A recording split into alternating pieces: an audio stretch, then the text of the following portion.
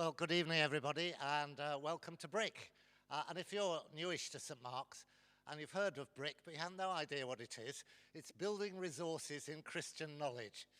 And we have an enormous variety of topics, many of them with a lot of theology in them, but never before have we had a topic quite like the one that Liz is going to talk to us about. So somehow she is going to try and establish a connection between faith and fashion. And we're absolutely delighted, Liz, that you agreed to talk to us at relatively short notice, I have to say. That's okay. So we're really, really looking forward to what you've got to say. And if I may, can I pray for you? That would be lovely. Okay. Father, make your presence felt among us with peace and joy and interest and a sense of how you're involved in every aspect of our lives. Lord, bless Liz tonight. Give her the words to say, give her the emphasis to make, and may your name be glorified in all that goes on tonight. Amen. Amen. Amen. Hello, can you hear? Oh, yes, you can now. So, I've never done something exactly like this before, so thank you for being the first people to hear all that we've got to say. What we're hoping to do is over the next 3 weeks is to look at the whole area of faith and fashion. And tonight's going to be a bit sort of a setting of the scene. I'm going to talk about some things that I've learned. I'm going to talk about myself. To then move on to next week to think about one of my favourite fashion designers, Alexander McQueen, but to look at some things that he did. He raised a lot of big themes and he was quite controversial, but to see how we can respond theologically to those things. So that's next week. And then the third week, moving on to it's called Is Green the New Black? Thinking about sustainability, thinking about the way we care for our planet, thinking about how we shop, and what that, the implications of that for us as believers in some respects. Do bear with me because I feel like I've got so much material. I've got probably enough. Anyway, I'll just. So what I wanted to start with is just to tell you really a bit about myself. I'm going to have to go to that one. So when I was young, there I am in my stunning pinafore dress. I remember being interested in clothes, actually. I remember going to the library when I was 6, 7, 8, not to borrow books, to storybooks, because we had those at home, but I went straight to the reference section and took out the great big reference books on dress, historical dress, and I loved that. I loved just looking at those books. And then went home with my mum and dad, but I'd had a lovely time. I also remember when I think back to my childhood years and look at pictures, I see T-shirts that I loved. I remember I loved wearing that, or dresses. I loved wearing that. And then as I got my own pocket money through my teenage years, most of it did not go in my pocket, but went to Chelsea Girl. Or actually, it was Chelsea Girl. There was probably nothing else other than Chelsea Girl at that time. And so I remember a great interest in fashion. But as the years have gone on and I've grown up, I've still maintained that interest, but it's changed. And so what I want to share with you is something of my journey in some respects of what I was a consumer of consumers to where I am now. And that will sort of unwrap through the weeks. In the Western world that we live in, I think when we think of that whole word fashion is characterised with a perpetual change and wanting more and wearing the in thing. And I don't know how you might define fashion, but there seems to be almost the connotations these days of something that's actually it's not always a good thing, if that makes sense. And there can be sort of a lot of judgment in that. And so what I want to say from the outset is that I'm not qualified. I'm not here to tell you how to dress. I'm not here to tell you what's in vogue or anything like that. That's way above my pay grade. But what I am here is to share with you what I feel I've learnt that has been really freeing for me, because although I was talking to some people, my bed is like what it used to be. Clothes all over it going, oh no, what am I going to wear? Like, no, where's that at the top? Which is what it always used to be like. Today, it's like that, and it hasn't been like that for years. But I think in its loosest terms, how we might define fashion, and I've just lost my airdrop, so I think we'll go back. There's lots of definitions of fashion, and I don't know whether you'd agree with or disagree with this, but the specific clothes people choose to buy and wear as a means of expressing or reflecting something of who they are. But that's one working definition of fashion. You know, some people say, well, it's just the clothes you wear. But there we go. And fashion can have all sorts of different connotations. Some of you will know that when Mike and I were living in Kent, I trained for the ordained ministry. That's 3 years training. I was then deaconed and priested, and I served a curacy in the same team that Mike worked in, and we took the decision that I would work that role without pay. It's called non-stipendiary. That curacy is 3 to 4 years. Well, because I wasn't being paid, I was able to do 4 years. And then at the end of your curacy, you have a sort of signing off interview, discussion with the archdeacon. So I knew that was coming. In my own sort of little world, I met regularly with some ladies on a monthly basis, and we were being challenged, and we were challenging one another to pray big prayers. And I prayed, Lord, I pray you will open doors for me, and I want to do something about fashion. I want to keep working in the church. If I'm honest, I kept praying that prayer but didn't think much of it. I met with the archdeacon thinking I was going to be signed off, and he said to me, we would like to offer you a part-time stipend to do a second curacy. Your part-time curacy has 3 components. 1, you keep doing your parish work. 2, you study for an MA. 3, you look at faith and fashion. And he was like, what? I had never spoken to him about my interest in fashion. Now, when he came to my study, he would have seen my interest, but I was just like, Lord, that is incredible. And I praise God. You know, we hear lots of bad things about the Church of England. There's so much good there, and there are so many good people there, and because of him, I had 4 years studying, and it was my MA was paid for by the diocese. And I did my dissertation in my 4th year on Alexander McQueen, which is what I will be sharing with you next week. Mike, I'm really sorry. Can you get my airdrop back, because I'm lost without that? Thank you. So it is fascinating when we talk about fashion. As I undertook this curacy, I mean, I was really struck by people in the church, and some of my closest friends, one of them, when they heard that I was doing my curacy looking at faith and fashion, and then there was an MA element to it, said this to me, it's a good job you're doing something intellectual, because other people might think it's a bit flippant. And I thought, you're one of my friends. And then it's also as interesting in going around as a training curate, you go and meet with other clergy, and sometimes the reactions range from the sublime to the ridiculous. To people going, oh, are you going to study what clergy wear? And I was thinking, no, I'm not going to study what clergy wear. Oh, are you going to be designing clerical shirts? No, I'm not going to be designing clerical shirts.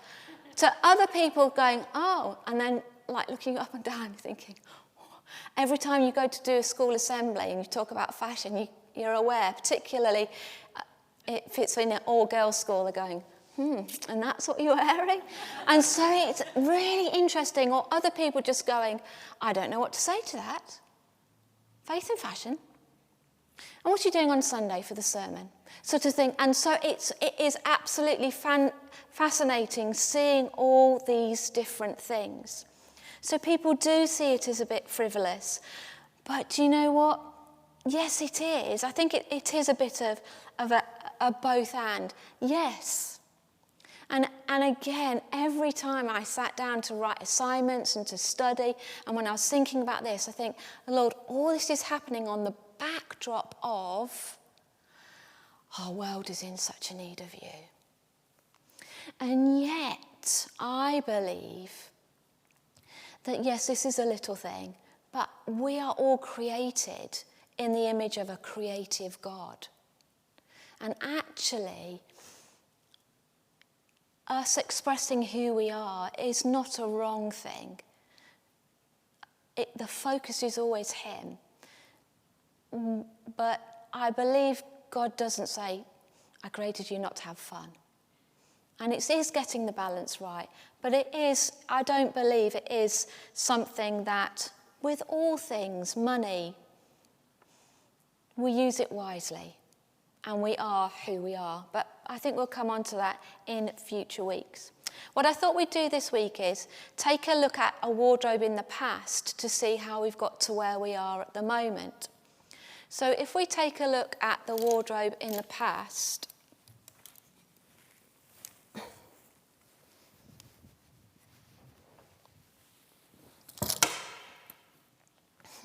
it would look a lot different. And I did have to put that in for colour, but you know, it would look really, really different. And I think the factors that we need to realise in seeing that things have changed is that we've gone through, in a relatively short historical time span, we've gone through 2 world wars, we've gone through different crises in our high streets, in the banks, in education. A lot of things have changed, and all of these have, in some respects, contributed to where we are today. But if we think about what's happened with our clothes, if we go back to, I think it's 1998. Let's have a look.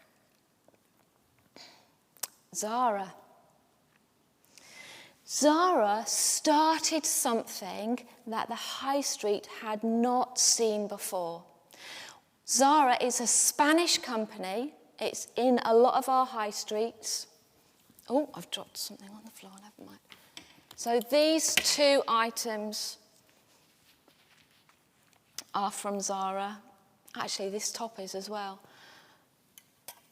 But what Zara started to do was they started to run small collections, not in size, although sometimes they were, but in number. So rather than what used to happen in like Chelsea Girl and Miss Selfridge and Topshop, they used to do big orders of this top. So suppose this top, they would do hundreds and thousands of it. But what Zara started to do is, no, we're not. We're going to make it a bit more exclusive. And so they would do runs of 100. And so what happened was the seasonal change actually changed. So instead of having new clothes for winter and summer, we started having clothes for January. Oh, January the 23rd. Oh, February the 2nd. And so what happened was the change accelerated. And because there were only hundreds of these, if you didn't buy it when you went into the shop and you saw it in the shop, you couldn't guarantee that it would still be there when you went back in 2 weeks' time. So what that meant was, well, I'll buy it now. Because if I come back, I might not get it. And so that started this whole thing of, oh, I have to get it and I have to have it now. And so being a competitive world in the West, other companies looked at this and thought, we have to match that competition. And so the whole seasons and the sort of the rhythm changed. And people got into this sort of mentality of, I have to buy it and I have to buy it now. And that fed into a consumer sort of attitude. It changed shopping habits. When I was finding out about this, I also, another of my great passions is watching the Sewing Bee on television. But in 2019, the Sewing Bee, the Sewing Bee actually alerted us to the fact of, I think, and this is me, it's not found in any books, but they talked about B.R.I.C.K. And B.R.I.C.K, again, was a real iconic, and still is, a real iconic label. Well, in 1964, have I got a picture of it? Oh, I don't think, oh yes I have. In 1964, B.R.I.C. produced this pink gingham shift dress, and I don't know that you can see it, and accompanying headscarf. And they had planned to sell around 300 units of this shift dress and this matching scarf. It was featured in the Daily Mail. They received over 17,000 orders for that dress in 1964. And the success of that dress fed into the success of B.R.I.C. And American Time magazine titled it as the most in shop for gear. And so what they did was, they were successful because they were affordable and they could produce. And listen to this. B.R.I.C.'s philosophy was, pile it high, sell it cheap. And that's 1964. And we think it's a bit more of a modern phenomenon, but this was 1964. Pile it high, sell it cheap. And you don't need me to tell you that fast fashion has changed the landscape of the clothing industry. So a few decades ago, well, possibly more than that, we would have had a very, very different wardrobe. We would have had clothes that would have been handed on to us. We would have had more modest clothes. We would have had clothes possibly made out of things like curtains. But we would have worn these every day.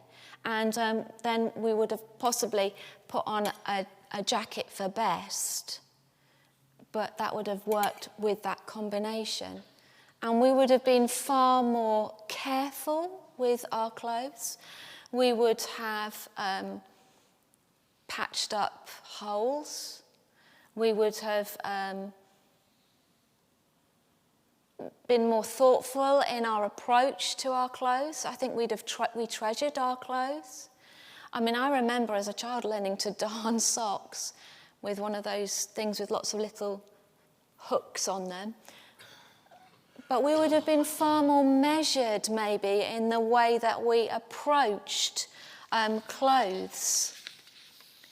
But what had happened over the years starting with B.R.I.C., but then over the years, it's not just Bieber and Zara, but advertising, when that increased again, that raised the profile of clothes.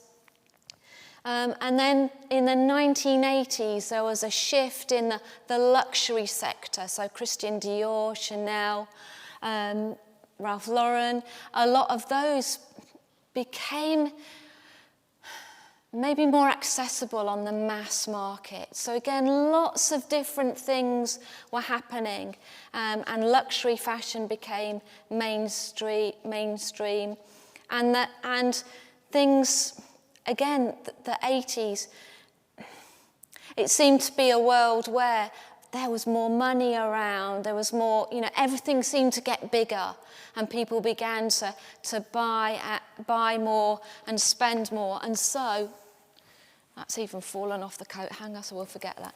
And so we added to our wardrobes and why have just one going out jacket when you can have a whole host of things that you might only wear once, but I don't want to be seen in the same thing twice. Goodness, how outrageous. And we also came into, let's just get some athleisure wear, and let's just not wear tracksuit tops for when we're training for a marathon or something, but let's just add to our collection, because I want not just one shade of pink, but I want that specific shade of pink. And it doesn't matter that I've got a silver skirt, because that won't go with the other thing I was planning to wear. And so we added and added and added to our wardrobes. And we might not have had daughters like mine who go, Mum, haven't you got a similar skirt to that at home? Oh, okay. Exactly. But we it got fed into this whole thing of, yes, I'll buy something. Oh, I'm going to a wedding. I need something new for that. Because we think, I think, what will people...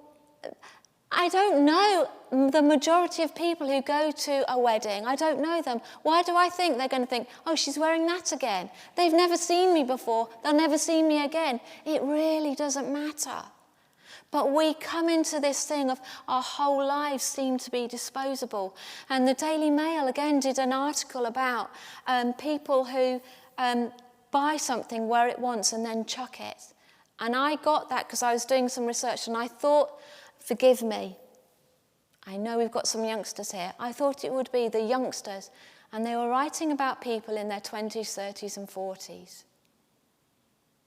This fashion has become disposable, and we actually, in this country, have the biggest wardrobes of most of the world. Isn't it interesting, though, we have all of this choice?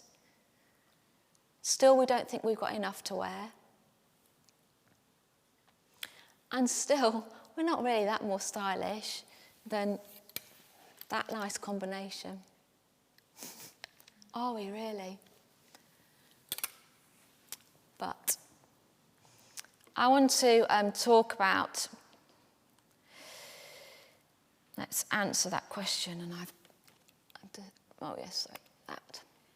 that was just one of those. So I remember as a child having a thing about socks, or that my socks matched what I was wearing. And I will always remember my mum saying, why are you bothering about your socks? No one's going to be looking at those. No one cares what socks you're wearing. And I was thinking, but I care. And yes, they will. They will look, and they have to be what I want. And so it's this thing of who really cares what we're wearing? And again, the answer is, no one really cares what we're wearing. And yet, I believe there are massive, massive implications for us as believers. It is really important what we wear, but not from a style perspective, and not from a perspective of having to have the right things, but from a thoughtful consumer perspective and a person of Christian faith. There's something that you will probably find, I think it is on YouTube, it's available free, called The True Cost. It's about 2 to 2.25 hours long. It is a hard watch. It is a really hard watch. It talks about the fashion industry. It talks about how people aren't paid properly who make things, let's be honest, like this. They don't earn what they should earn. It talks about how if we don't buy organic cotton for our t-shirts and on our cotton things, there's one really horrific interview with a lady whose husband was a cotton farmer, and he lost his life because of his job. So we have got new t-shirts for our children's team. They are organic cotton. They cost more. Yeah, it's cost us more.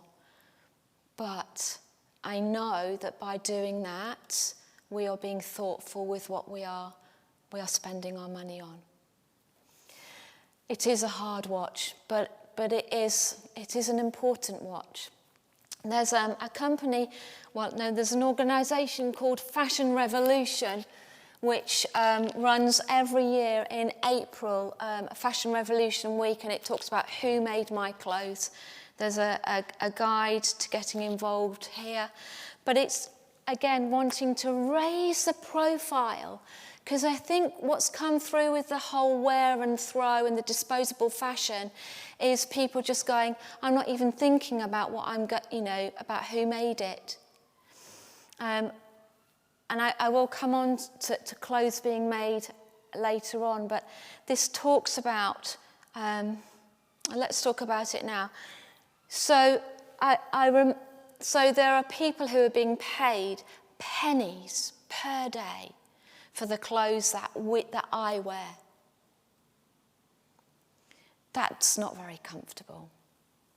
I remember seeing 1 September something on school uniform, which is really expensive and very difficult and tricky for parents. But someone was saying some of the supermarkets are selling like polo tops and things like that for like £1.50. And the presenter was talking to someone talking about sustainable fashion and said, I can't buy a cup of coffee for £1.50. And so I find it really hard. And yet I know, and I've worked with families who can't go out for a coffee and can't afford £1 for a t-shirt for their child. Do you know what I mean? So it's really, really hard. What do we do? Who cares what we wear? There is, and let me just see. I did want to give a quick shout out because there is this brand which is quite new. Yes, friends, I don't know, but I think at least someone in this company is a Christian. They have started doing t-shirts that are ethically made, organic cotton, and they are $7.99, which is a really good price point for sustainable fashion. And they have just started and just released a jeans collection. It's not a big collection, it's a small collection. There are some men, some women's, and there's a jacket. And those jeans are priced at $39.99. They can only, what they're doing is through the month of May, they're saying to people, would you commit to pre-ordering a pair of jeans? They need to get they need to get 3,000 people pre-ordering at $39.99. If they get 3,000 people pre-ordering, then they can get those jeans made. That's why I'm telling you now on the 9th of May and not on the 23rd. I've pre-ordered a pair. I don't wear jeans very much, but if there's someone in the marketplace who is looking to doing things that are affordable, then that's what I'll do. They are not going to be bringing out a new collection every month, every season. And to be quite honest, I would always recommend people, if you're able to buy jeans, buy them second-hand, because that's the best way to get them. But these people, I think they're doing a good thing. I'm aware, though, that when we think about does anyone really care about what we wear, that we here, particularly in the West, we are in such a place of privilege. Because we do have choice. And we are able to, I'm embarrassed. That's like just a few things I got from my wardrobe tonight, It's awful. But I am so privileged to have a choice of what I wear and to be able to keep hold of those. But what we wear does communicate and does matter. I don't know how many of you saw this. Melania Trump, it says, does anyone really care? And in the press there was a whole thing about this and Donald Trump and everything like this. We do communicate things by what we wear. There are a number of people who are wearing the Ukrainian colours as a little ribbon. We do communicate what we wear. But I think one of the things for us to begin to communicate and to make normal is re-wearing clothes. So that we go, yeah, I don't need something new every time, but that I can re-wear and I can enjoy that. There's a lot that goes on. People talk about the clothes we wear. I don't know about you, but do you remember a time where you may have been, and why is it I remember occasion wear more than anything else? Maybe because it feels a bigger deal to me, I don't know. But I remember going to some occasions where I've worn something and I've just felt awful. But it does feel like it's got to that 5 minutes and Mike's going, we are going now. So you just have to go, and the whole day has been, I haven't concentrated on what I've gone to. I've just thought, these boots really don't go with this skirt. It's like, again, as my mum would say, is anyone really bothered? No. Or like going to a wedding, and I praise God as I've got older, I feel more like I really don't care. But I used to care so much. Will I fit in? Will it be okay? Will it be what everyone else is wearing? But there's a thing called dopamine dressing. And that's like, it is. Are there times when you've gone through the day and you think, ooh, today is a good day? And is that to do with what you're wearing? Sometimes not at all, but other times, yes. I know that, again, when our time in Sittingbourne, if I had a particularly tricky day, I would wear something that I knew that I felt okay in and good in, because I knew that would help me face the day. Sometimes it is like clothes that are armour to us. I know for me personally, I love colour. So I do wear colour because I enjoy it. And again, I believe that I'm created to be creative, and I love that. But the way we live makes such a difference, and what we wear does really make a difference. Oh, I've done it on the wrong thing. There we are. I'm going to talk more about this on the third week, and I know that we're in the presence of people who are far more qualified to talk about this than me. But one of the things that I've been doing in the last few years is learning and making my own clothes. And I've learned so much that. So we talk about this top being piled high, sold cheap, and the people who get it don't get a wage that should reflect the work that's gone into this. So I made this skirt, okay? This is one of the first things that I made. What did I learn? It takes so long to make your own clothes, and there's sometimes so much unpicking you have to do. It's not a question of, just sew up there and sew a waistband on. It is hard, and then you've got a zip. It's hard, and it takes a long time. This was made from a curtain because I wasn't too confident in buying material. But because it's plain, so you're not needing to sort out patterns. But you know you'd need 1.5 meters. Material costs money. Time costs money. If you're doing this skirt on £10 an hour, it would cost you over £200. Who would spend £200 on that skirt? No one. So then you come to something like this dress. This has got a lot of material in it. It's got nearly 4 meters of material in. Even if you get, and this is like what I would call proper material, this is like just material, not a curtain or a duvet cover. But I have found a website, Ammo Threads, which holds what they call dead stock fabric, which means fabric that's not going to be used by big consumer things, they give it to them. So even at £10 a metre, that's £40 for the material. So I learnt an awful lot. I learnt that actually clothes cost money. And if I think I'm getting a bargain of an item, actually, who's paying the cost? Who's paying the cost? So there are all sorts of things that I've learnt through this process. In the Bible, we read all sorts of things about clothes.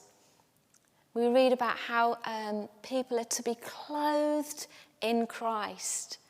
And I love that. Paul in Romans talks about us not conforming to the pattern of this world and says, no, but be transformed by the renewing work of God. And I think that's a really good thing for us to remember, that we feel, and I feel like I've been on a journey that says, don't feel that you have to be conformed to this world. Don't feel that you have to wear the clothes that someone else is, the style or the trends that other people are wearing. Wear what you enjoy, what you feel works well for you. I would not have bought that Bieber 1964 dress because it wouldn't have fitted over my hips and it wouldn't suit me. So there's a freedom in not conforming to the pattern of this world, or don't let the world squeeze you into its mould. But let's think about what we wear, and let's think about not dressing to impress people, but to express our God-given breath, that we are sons and daughters of God, and we are fearfully and wonderfully made. As I come to an end, I just want to share with you some more of my journey in some respects. I mean, down here is a lot of books. I haven't read them all. I've dipped into some of them. And I do think I sometimes have a real love-hate relationship with fashion and clothes and image and identity. But what I'm passionate about is people realising how fearfully and wonderfully made they are. And my heart breaks for not just young girls, not just teenagers, older people like me. I feel like sometimes we're constantly bombarded. You should be this, you should be that. You should wear this. Don't be seen dead in something that's got colour in it. Don't be seen dead in wide leg jeans when it's skinny jeans. Don't be seen dead in blue trousers because green trousers are all the rage. And we as human beings can take on that I'm not good enough. And we're made in the image of a God who loves us, who's extravagant and creative. And I'm beginning to learn and to step into that and going, do you know what? Yeah, I wear some crazy things sometimes, but it really doesn't matter. Because I'm trying to be more considered. I'll finish with this. And again, this is one thing that I've been really challenged with. So every Lent, when Lent comes around, We take things on or we give things up. One Lent, I gave up drinking tea and coffee. Why did I do that? But I thought, okay, I won't drink caffeine because I need to have a hot drink and I don't want to drink too much squash. So I started drinking fruit teas. And then I thought, as Lent went on, have I not just exchanged one thing for another? And then I thought, oh, you champion yourself so much as buying sustainable things, going to charity shops. Are you not still spending the money? And I was like, Lord, are you not still having a shopping habit? And I would go into charity shops, buy so much because it's cheap. And so I still struggle, but I tend to go into charity shops now to look for duvets or curtains to make clothes from. Because you can get some really nice duvets and some good curtains, and it's much cheaper fabric. But I share that with you because I'm still on a journey, and we're all on a journey. And in some respects, there are no rights or wrongs. There are no absolutes in some respects. And yet, what I'm continually longing to champion and to express is the life that God gives us is so abundant, so wonderful, so fantastic, that can be expressed in what we wear. But we should never feel slaves to these things. We should never feel burdened. I believe they should be like fun.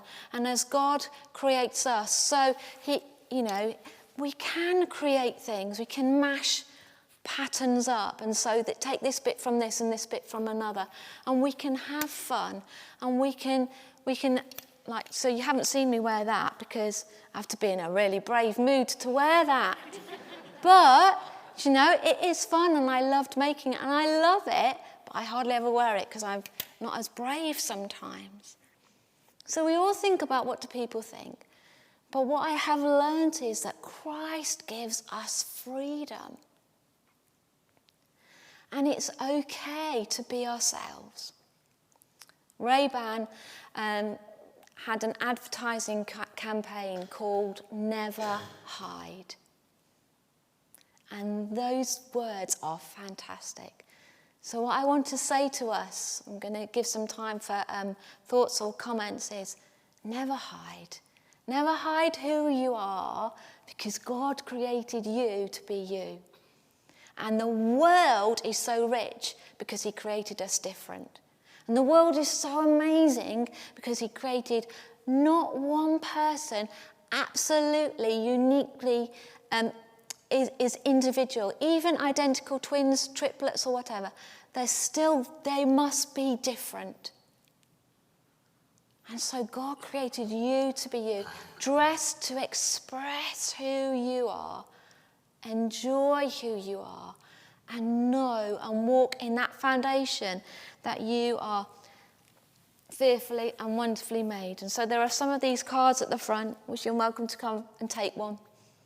If you would like to, as a reminder, have a look at the books if you want. Borrow some clothes if you want. But we're going to talk a bit more about sustainability and things in 2 weeks' time. But I think I've got a roving mic.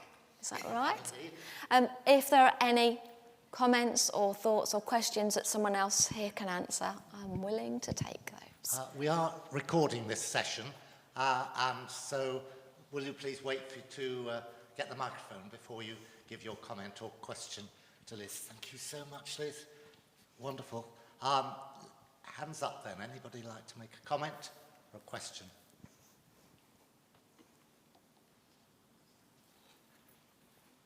Francis. I just want to ask whether you ever went from, in Lent, only shopping in charity shops to what you implied you wanted to do, which was not buy anything at all. So so our son Luke is 28. When he was about 5, I heard someone give a talk and thought, I'm going to do that. I didn't buy clothes in charity shops or real shops for a whole year. I was not good to live with.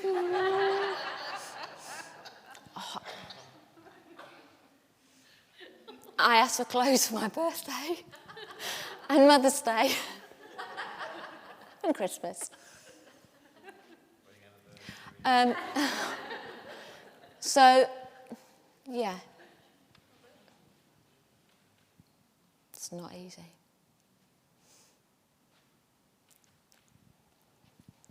I'm going to have to run round.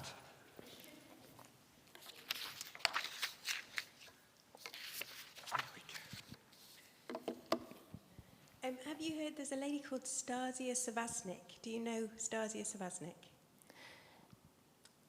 She talks about inside-out congruency. So when we wear things that reflect how we feel on the inside, that's when we shine. So when you put on that dress that makes your heart pitter-pat and makes you stand up straight and makes you feel the most beautiful person in the world, that's because it's what you are on the inside is reflected on the outside. She wrote a TED talk. She has a daughter who is has significant disability, and she said she had a certain attitude to her body and to how she looked and herself.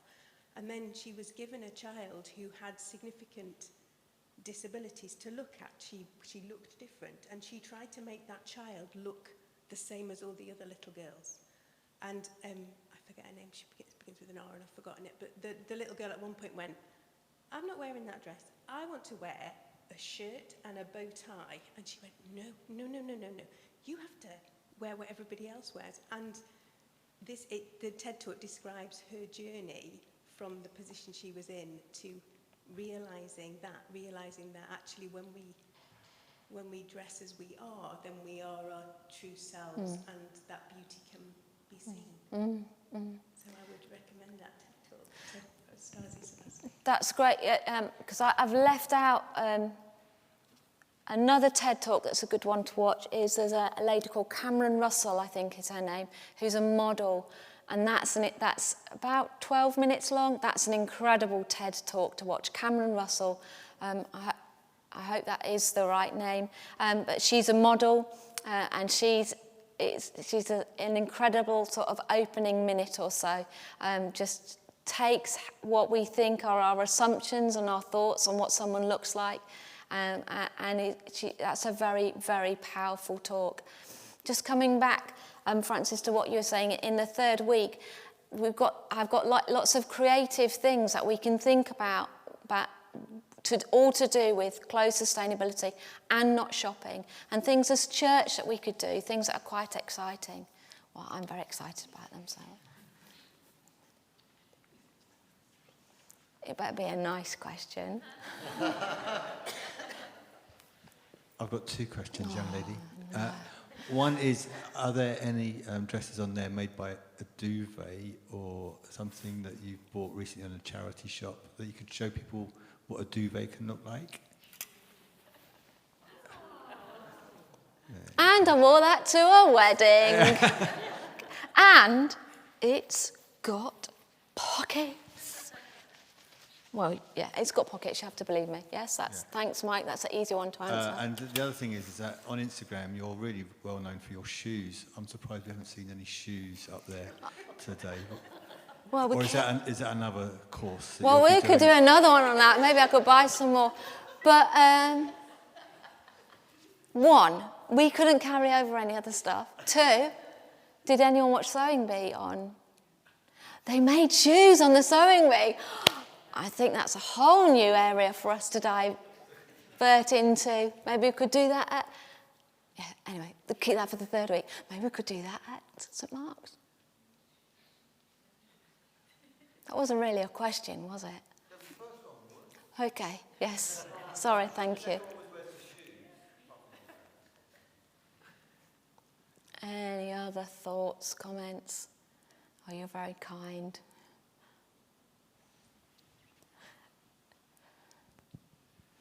Liz, how do we differentiate between different brands? Because I was struck by what you were saying about Yes Friends and what they're doing to build the ethical sourcing of clothes. But we're assailed, aren't we, constantly by different marketing campaigns and social media campaigns and brands trying to hook us in by pushing out their ethics and their values and their EDI Definitely. and so on and so forth. And it's not that I do a huge amount of shopping, as you can probably tell from looking at me, but you know, to actually find the brands where there is a solid ethical core to all this, and it's not just marketing guff. Yeah, I think I would find that's quite really good. We'll and we will be doing a bit of thinking about that on 2 weeks' time. But if you've got a phone, and there's an app called Good on You, where you can find out.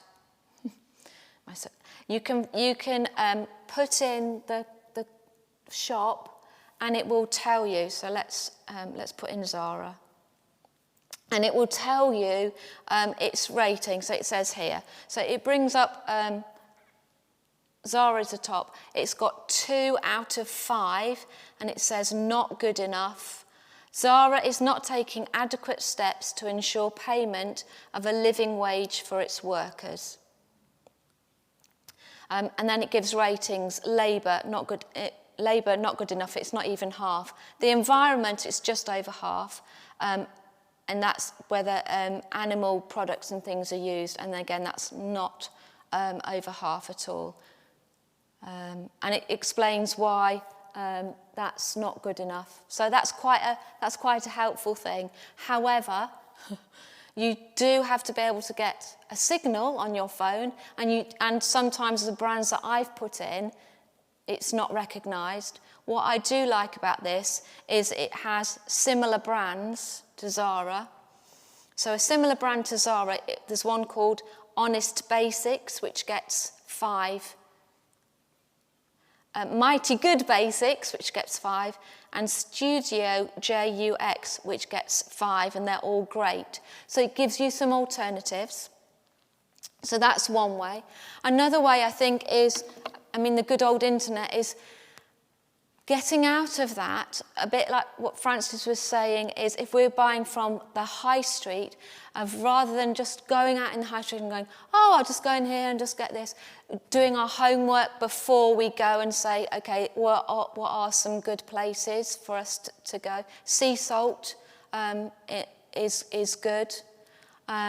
There are some ethical places online as well, a lot of ethical things online.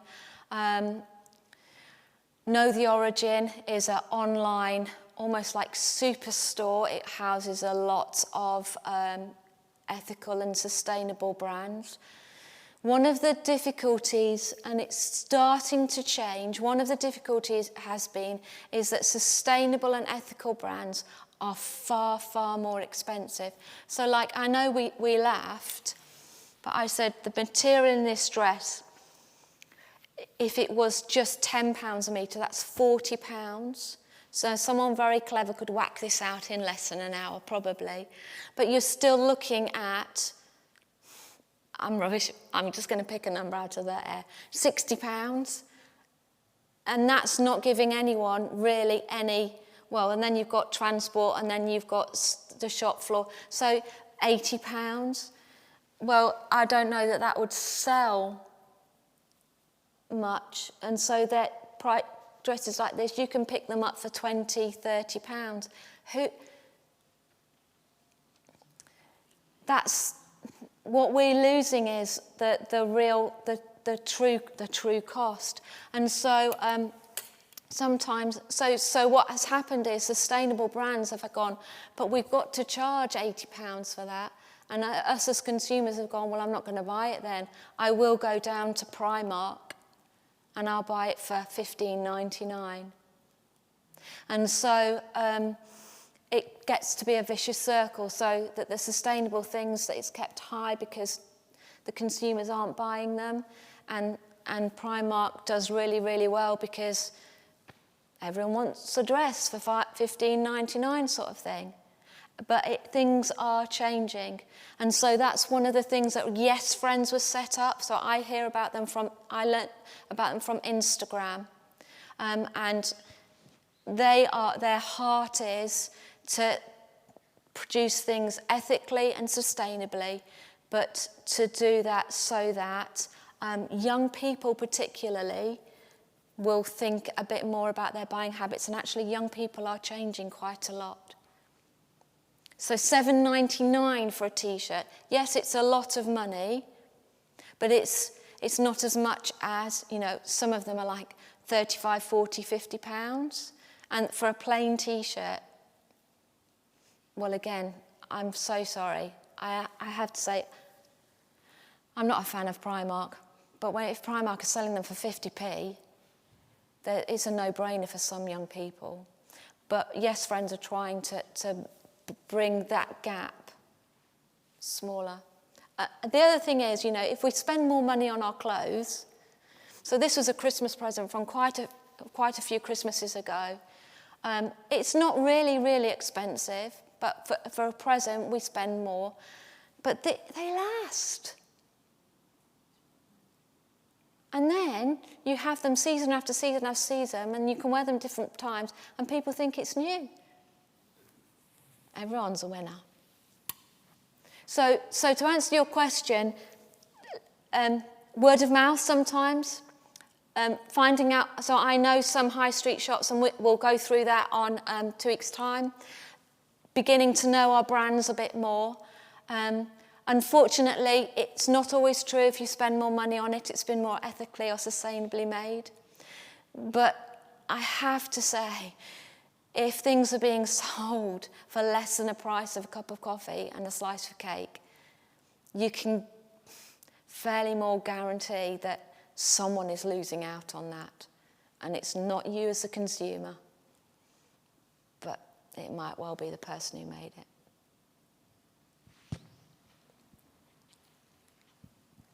You talked a bit about the impact of how clothes make people feel and colours. Obviously, we've had things like the Puritans made everybody wear black because it was a sign of, what they believed and stuff. So have you done any research as part of your MA in terms of how clothes can change the way that you feel? I haven't done a lot, but I have done some study on the Puritans. And do you know what? We've got it all wrong with the Puritans. Because, yes, it was simple style, simple colour, and it was modest, but the fabrics that they used were the most reasonable and expensive fabrics. They used velvets, and people in those times didn't use a lot of velvet. So I was surprised, and I thought, I'm not sure that's right in that book. Me having no background in it at all in this book.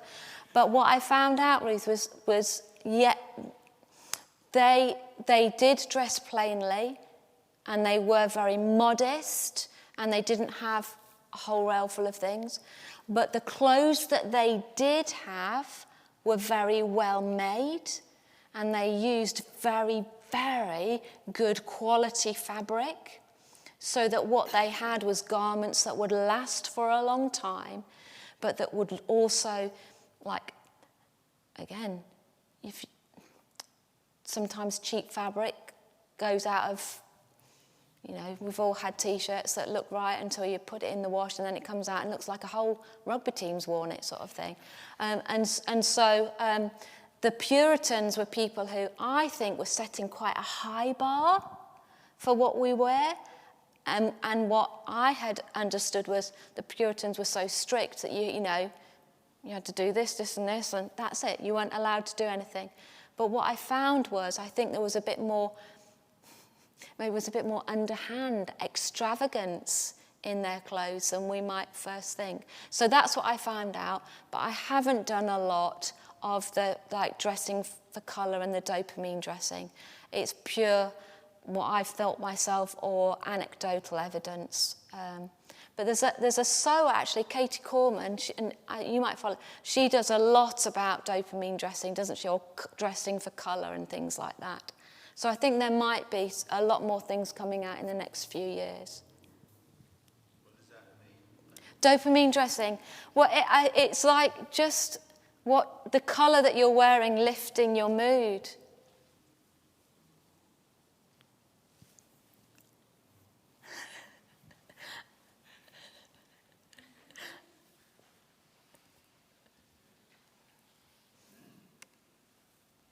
Any more questions?